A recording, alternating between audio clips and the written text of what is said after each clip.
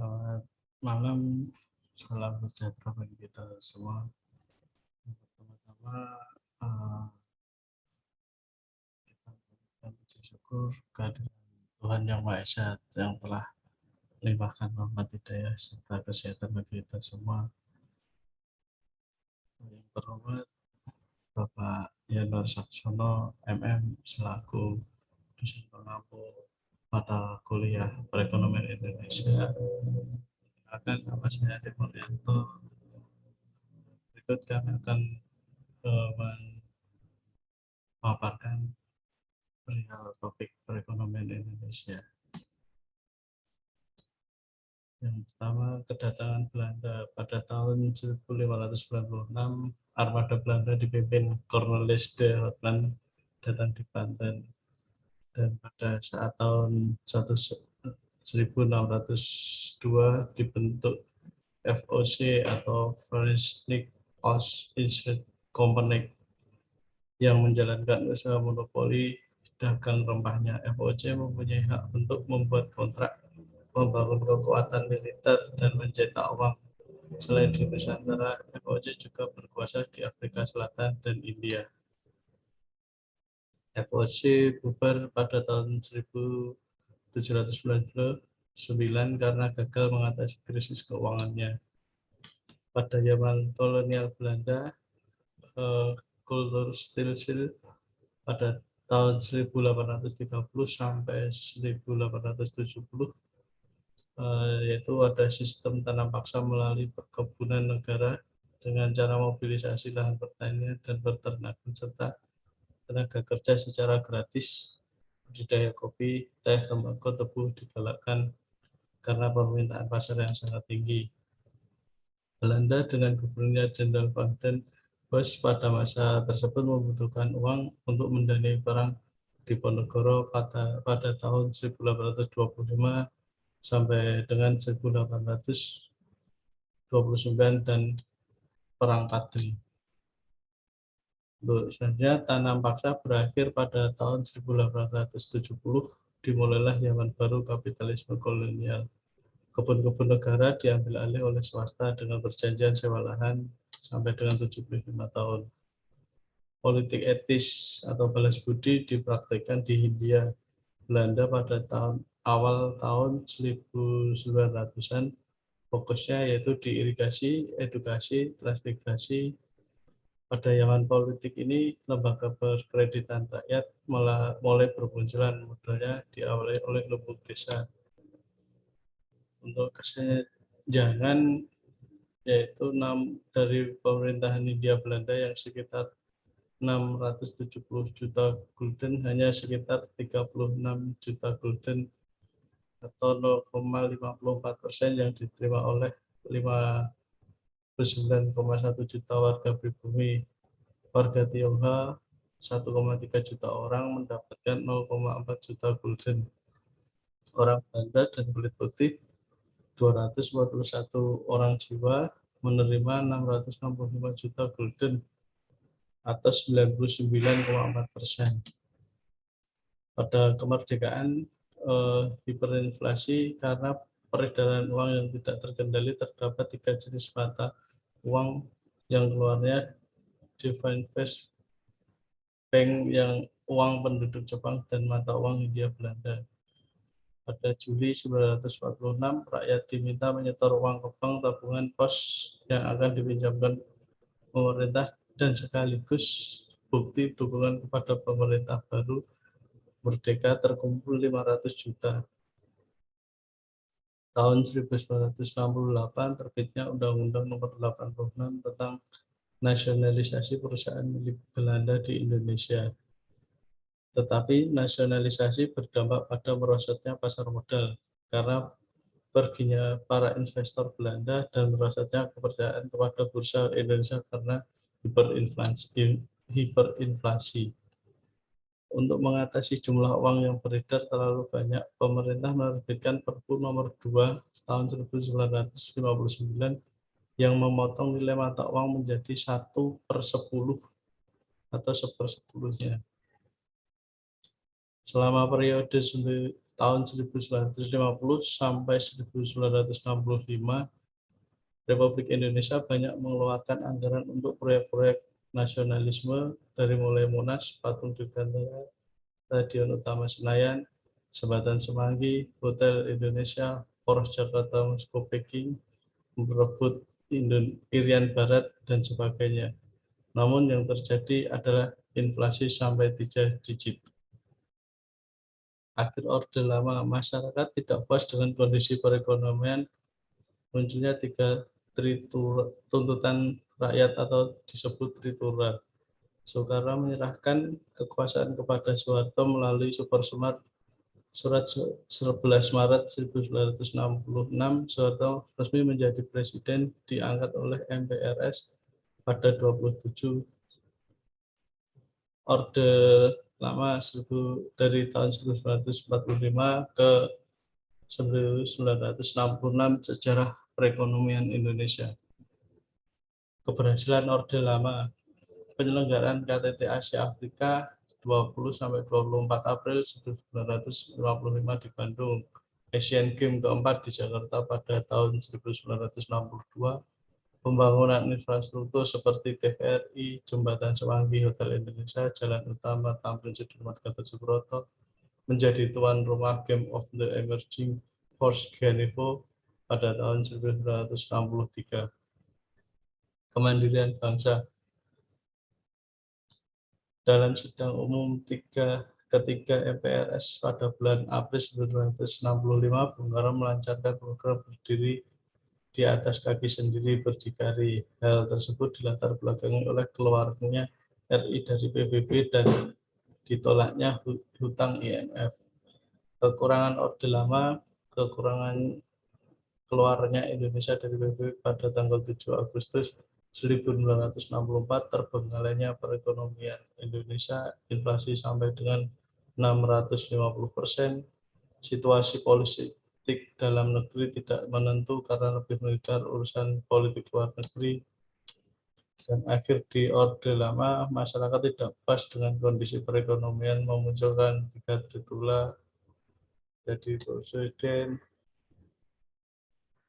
Sekarang memasuki Orde Baru tahun 1966 sampai 1998. Awal pemerintahan, sehari setelah diberikan mandat Superseman, Soeharto langsung melarang keberadaan PKI. Kemudian pada tanggal 25 Juli 1966, setelah Soeharto diberi mandat MPRS, terbentuk kabinet baru bernama Ampera, Amanat Penderitaan Rakyat, yang dipimpin presidium 3 orang, Soeharto ketua, Adam Malik luar negeri, dan Sri Sultan dari bidang perekonomian. Warisan dari periode sebelumnya, yaitu Orde Baru memproyeksi hutang Orde Lama sebesar 530 juta US dollar pada pendapatan negara dari ekspor migas dan non-migas hanya 430 juta US dollar. Inflasi sebesar 650%, harga beras naik menjadi 900%. Tim ekonomi Orde Baru melakukan langkah pertama, yaitu turun defisit anggaran dengan cara menurunkan pengeluaran pemerintah, menjalin kembali hubungan dengan lembaga donor internasional terutama IMF dan Bank Indonesia. Kebijakan moneter awal Orde Baru. Tahun 1967 diberlakukan Undang-Undang Anggaran Berimbang yang melarang pembiayaan dari hutang kepada masyarakat memakai bantuan luar negeri untuk menutup defisit anggaran. Penerapan kebijakan uang ketat untuk menurunkan inflasi. Kebijakan sektor real awal Orde Baru, liberalisasi perdagangan dan investasi dengan membuka pintu bagi investor asing, diberlakukan Undang-Undang Penanaman Modal Asing pada tahun 1967. Fokus pada pembangunan pada sektor pertanian. Sudah tahun 1970, pertambangan minyak ditingkatkan eksplorasinya. Sejarah ekonomi Orde Baru, rehabilitasi dan pemulihan 1966, sampai 1971.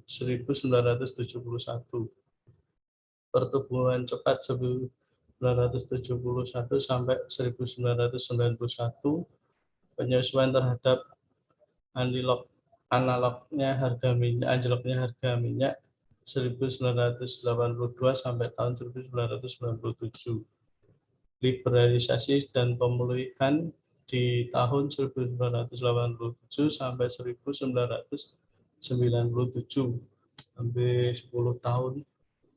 Versi Helder ini acuan dari versi Helder dalam buku Indonesia Ekonomi.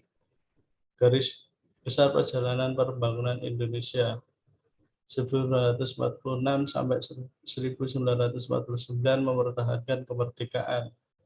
Di 1990 sampai 1960 pembangunan infrastruktur politik. 1961 sampai 1966 pembangunan terkomando. 1967 sampai 1980 pembangunan ekonomi stabilisasi. 1981 sampai 1987 proteksi dan industrialisasi. Tahun 1998 sampai 99 liberalisasi ekonomi. 1997 sampai tahun 1998 vakum dilanda krisis ekonomi. 1999 sampai saat ini perkembangan demokrasi, otonomi daerah, dan hak asasi manusia. Keberhasilan Orde Lama, pertumbuhan ekonomi rata-rata 7% per tahun, pendapatan per kapita 260 US dollar menjadi 500 US dollar, swasembada beras tahun 80-an yang mendapatkan penghargaan dari FAO tahun 1986,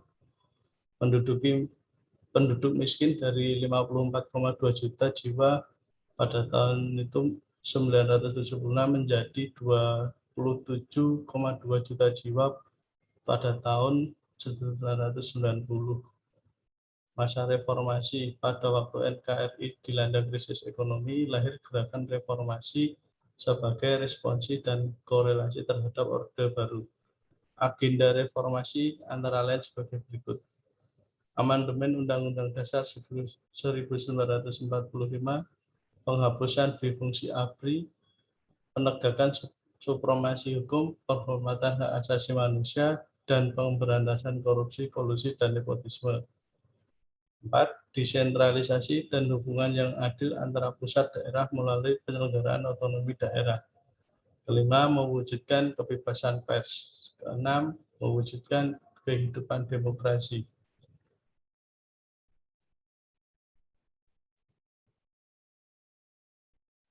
Untuk pembangunan upaya mewujudkan tujuan bernegara yang tertuang dalam pembukaan Undang-Undang Negara 1900 Undang-Undang Dasar Republik Indonesia tahun 1945 dilaksanakan melalui pembangunan yang sasaran utamanya adalah penanggulangan kemiskinan.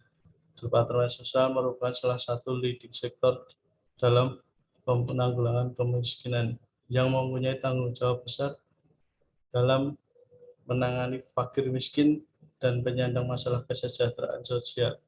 Pemerintah memiliki keterbatasan organisasi, manajerial, dan finansial untuk mengatasi semua problematika pembangunan. Pemerintah layak untuk mengajak para stakeholder lainnya, yaitu swasta, berbagai perusahaan, masyarakat, lembaga swadaya masyarakat, dan perguruan tinggi untuk bersama-sama menanggulangi kemiskinan.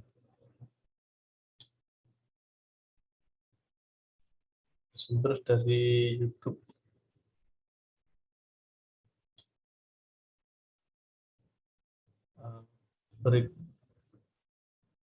Terkait tadi presentasi dari saya, untuk penutupnya kami akan mengenalkan Universitas Jana Badra Fakultas Ekonomi dan Bisnis, yaitu dengan fasilitas gedung perkuliahan dan perkantoran yang memadai, ruang kuliah ber-AC, laboratorium berbasis komputer, fasilitas layanan melalui jaringan komputer, hotspot area, perpustakaan, dan pusat perpustakaan pusat dan perpustakaan fakultas yang menyatu dengan gedung penyelenggaraan kuliah, tempat ibadah, masjid, asuransi mahasiswa, poliklinik, kantin, dan ATM RI.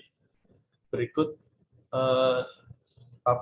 bersama dengan berakhirnya ini berarti sudah berakhirnya paparan saya terkait perekonomian Indonesia pada malam hari ini. Atas perhatiannya kami ucapkan terima kasih. Bila mana ada salah dan kekurangan dari saya, mohon dimaafkan. Wassalamualaikum warahmatullahi wabarakatuh.